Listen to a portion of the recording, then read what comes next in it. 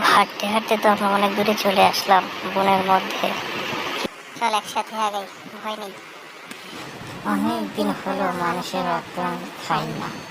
আমাদের প্রত্যেকের একটা স্বভাব, সত্যি অন্তত একবার রক্ত পিপাসা লাগে, তখন আমাদের রক্ত ছায়ের মতো করে আমরা খাই। অনেকটা বনের মধ্যে চলে আসলাম, একটা মানুষের সন্ধান পাইলাম না। দেখি আর একটু এগিয়ে যাই, ওই দিক থেকে মনে হচ্ছে মানুষের গন্ধ পাচ্ছি। এই চায়ের পেয়ালে আমি রক্ত পান করবো, রক্ত মেখে খাবো। সে আর একটু এগিয়ে যায়, ওই দিকে মনে হচ্ছে দুইজন এগিয়ে আসছে।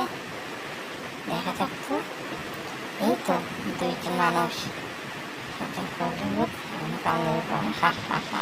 ছোট মানুষ রক্তকে মজা পাবো।